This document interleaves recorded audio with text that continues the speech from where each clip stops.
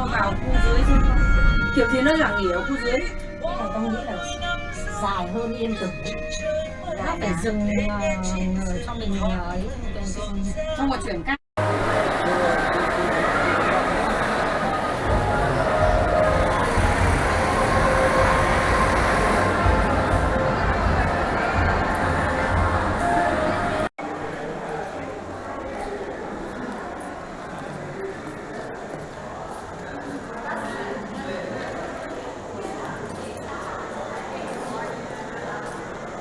ये कोई नहीं बर्थडे तो क्या हो गया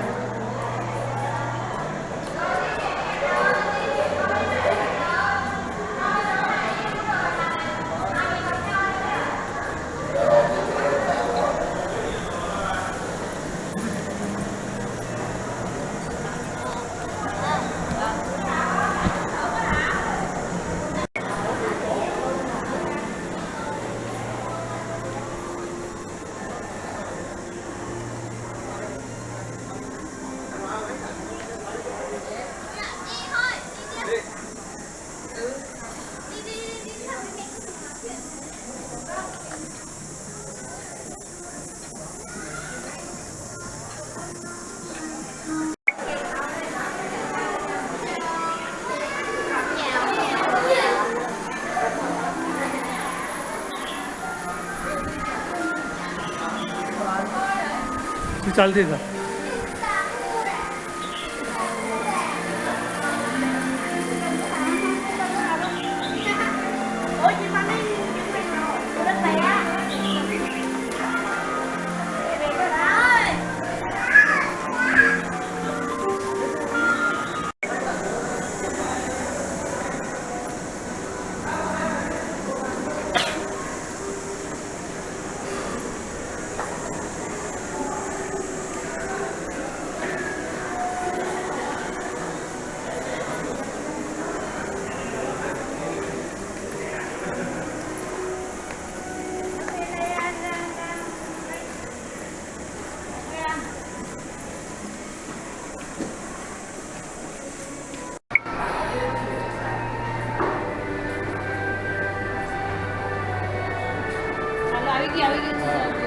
Cái này không gì làm đúng rồi.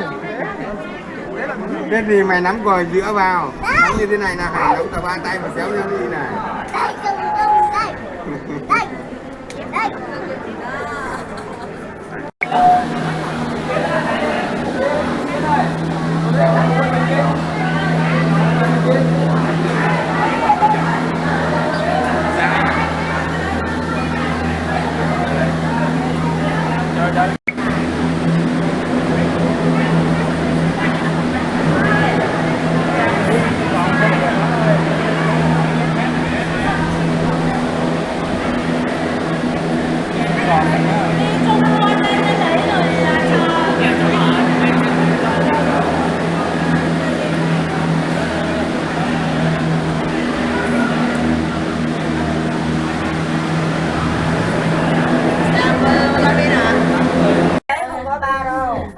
Không đùa đâu nha. Nếu mà cộng cả lên cả xuống thì nó thành 6. Với lại ba đi xuống nha, đi xuống đếm. với lại 3 nhịp cầu thang bộ nữa nó là thành 9. Nó thành 9.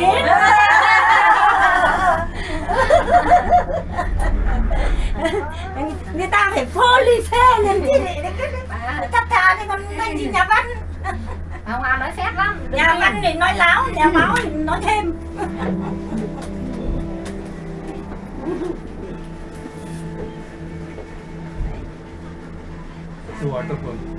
Cắt loại cắt lên lên xuống xuống là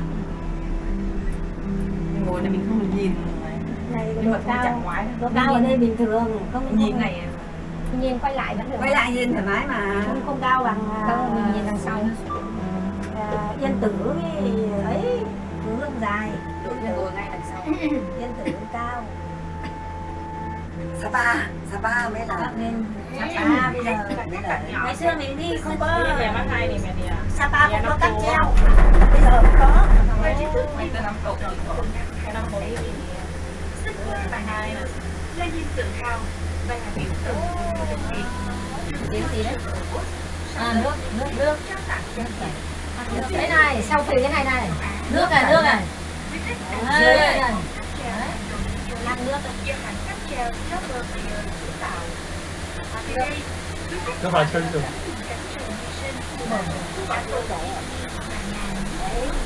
Từ chính tỉnh công nhận là khu biệt trực thiên nhiên chạy từ trên núi xuống ngồi 7 tháng nước thì thích nhất kìa có cụ tai đấy mà vậy rời ga Thác Tóc Tiên để đến ga Các bạn chơi chưa? điểm đến tiếp theo là vùng đất mặt trời hội hè náo nhiệt.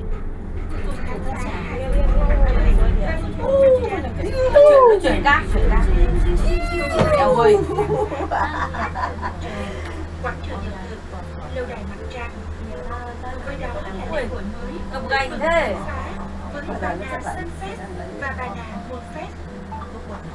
Để tiếp tục hành trình, công đoàn đã lượng với hệ thống gần 30 nhà hàng điểm bán, phục vụ đa dạng các loại hình, từ đứng quay lại mà nhìn chuyển cát nhảy tưng cả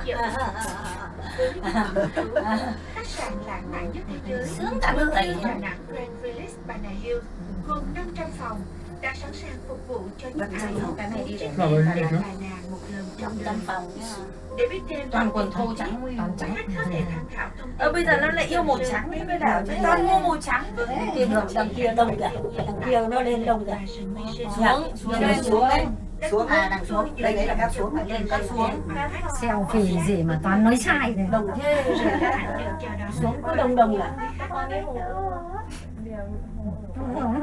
núi trùng đẹp Ladies and gentlemen, boys and girls, xin chào. Welcome to Sunworld Bana Hills.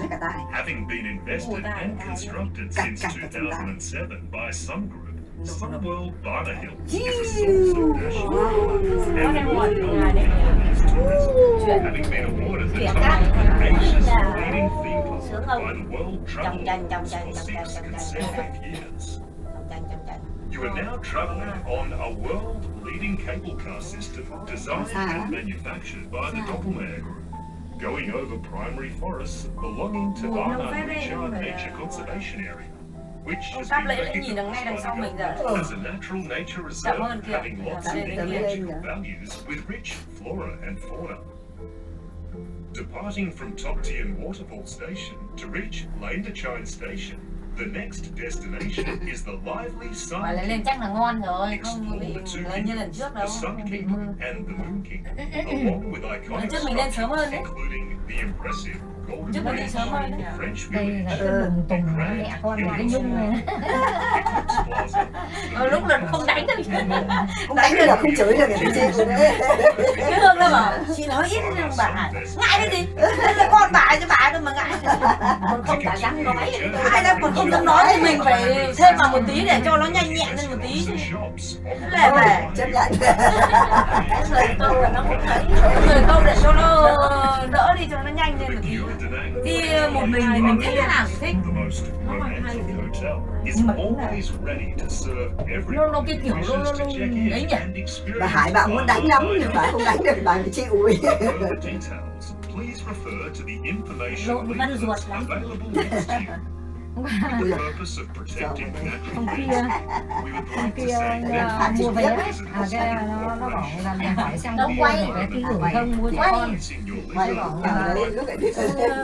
có cái gì lắm đâu mà cần ký gửi and thế con ra con ở một tháng mẹ không cho con đem hành lý theo à con mang đồ đi à Ôi giời. thế mới tức quá mới bảo là tao mà không cho mày mang bao giờ tao bảo mày là mang có cái gì nhiều đâu mà thế mày ăn nói với mẹ tử tế chứ thế là thôi không nói cái nào nữa muốn đấy thì cái kiểu giọng nói hạch sách đi là cũng họ nhà bao đúng không thế mà còn cứ nằng nhằng toàn bánh bao hết đấy còn bánh bao thế mà cứ nằng nhằng kể ra lên này là cũng hơi ủ tai đấy Ủ tai nó cứ cạch cạch. nó cho là có trách nhiệm không cái này trách nhiệm thì nó nghĩ như nó thế không nghĩ là trách nó nhiệm. không nghĩ là trách nhiệm nhưng mà nó nghĩ nó kiểu như là nó cái kiểu quá. giọng nói không phải kiểu giọng nói của nó không khéo nó không khéo nó thế Con này Ý nó là- bao giờ nó khéo.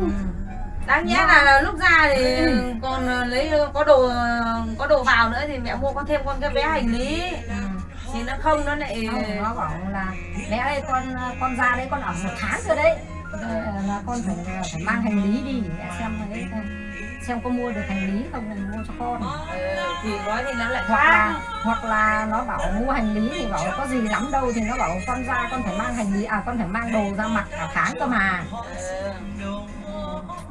Mẹ không cho con mang hành lý đồ đi thì con mặc bằng cái gì? Nào mình đã nói câu nào là không cho mang.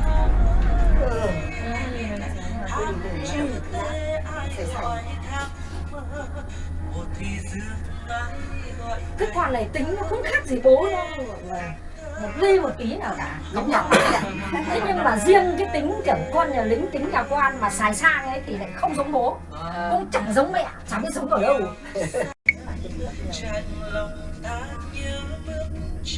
Chưa đến cái đoạn là bên dưới lên thẳng trên hay là ở dưới?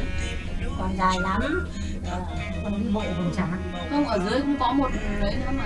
Có xuống dưới, có vào khu dưới chứ không? Kiểu gì nó chẳng nghỉ ở khu dưới. Tôi nghĩ là dài hơn Yên Tử. Nó phải dừng cho mình ấy. Xong rồi chuyển cáp. Nhưng mà đi nữa là chuyển cáp, mà không đi thì là ở lại chơi thì chơi. Hình như là cái cáp này là lên đến đích cuối rồi, xong rồi là mình vào vườn hoa, xong mình muốn thì mình lại đi trèo bộ đi lên. Không, còn cáp nữa đi lên. Xong là một cáp đi thẳng một lèo từ trên xuống luôn.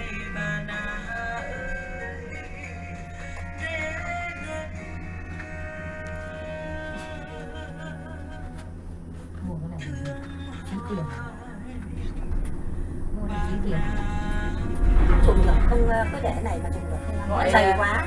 Gọi tay kia phát là có vé ngày đứng chờ bao nhiêu lâu. Cái đứa kia nó bảo chị ơi, chị ra xem ai mua online cho chị để chị bảo luôn mua hộ cho nhanh, thì máy em đang bị đơ quá. Thế là gọi luôn thằng kia, nó bảo thế thì 1 phút có ngay.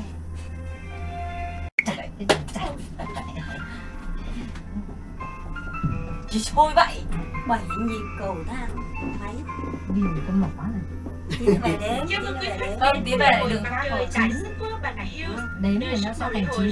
dưới 2 1, từ dưới 2, lên 3, trên. xong lại 1, 2, 3, xong lại 1, 2, 3.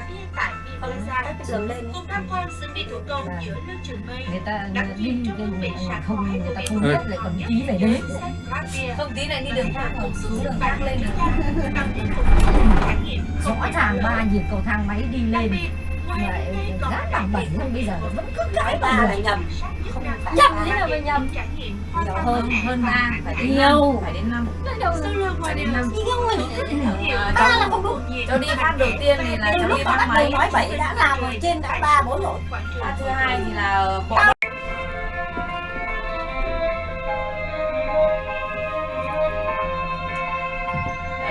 Nhìn xuống dưới đây này. Đây này, bây giờ nắng soi ở mặt đây này. Này nắng này. Nó chỉ có đám mây lúc che cho Cái đoạn đấy đâu. gần đến rồi. Bây giờ lên trên kia nắng con trang rồi. Thời gian bao lâu lên đến nơi nhỉ? Không tính cao, không tính thời gian cho thời gian bao lâu mới lên đến nơi? Mấy 10 tiếng 15. Là đùng mò, tính nước bài này. Tí nữa xuống, bắt đầu xuống rồi bắt đầu bấm Có cầu nhớ không, không một tí nó lại cứ long lên. Nó là nhìn mây kìa. Đấy đấy. Mây Mưa đấy. Mây kiểu như lần trước mưa đấy. lần này mưa tao không sợ như lần trước. Mưa bố không xuống. Cái này nó là mây, mưa mây thôi, không phải là mưa ấy đâu. Mây. Mây nó cái gì nhỉ? Cái không nhắm mắt. Cái bàn tay vàng ở chỗ nào nhỉ? Ở trên đấy, ở trên đấy. Ở trên cao nhất. Tí nữa mình cũng lên cao nhất. Lên cao nhất ăn ở nhà hàng 4 mùa. Đợt gì với lại chú Thành với lại con đi là lên đấy là mưa lắm. Mưa mặc áo mưa. mình nhé, một lần mưa xong rồi quay xuống Đấy là Sapa. Đâu ở đây? đây không. Sapa. Ở đây lên đến nơi ăn xong rồi là ra thì mặc váy mặc bóc rồi là chết sun rồi ra chung là đi xuống hết một Rồi rồi. đi xuống mà không. Sao có thằng lái xe đâu bảo sao đã xuống rồi, mưa lắm. Mưa rét lắm. Ở đây không nhớ mãi tiếc cái quả Ở này đây. như có 600 thôi. Đấy. Xong rồi là về rồi là đi lên đến tận nơi. Lên đến nơi bao rồi. nhiêu nửa chặng đường lên nửa đất nước lên đến nơi thì không vào. Ảnh lên xe. bà Hòa này, bà Huyền này, bà Hằng này. Đấy cái quả mà đi ăn xong không mặc áo mưa xong ngồi ở. À đấy là bà đấy là Sapa. Sapa. Đấy là Sapa. Ngày đấy đi là có cả bà Lương, cả bà Dung. Rồi. Cái trạm đầu tiên. Ở đây nó xây thêm cái gì không nhỉ? Còn mới đi cầu thang hay là đi tàu còn leo lên này xong bắt đầu mới lên đi chỗ trên đấy bắt đầu mới mưa mà. Rất là mưa. Đi tàu lên. Ở đây đường có đường lên lên đây kia, đường ở kia. hay có Đường không nhà, đường nhà kia.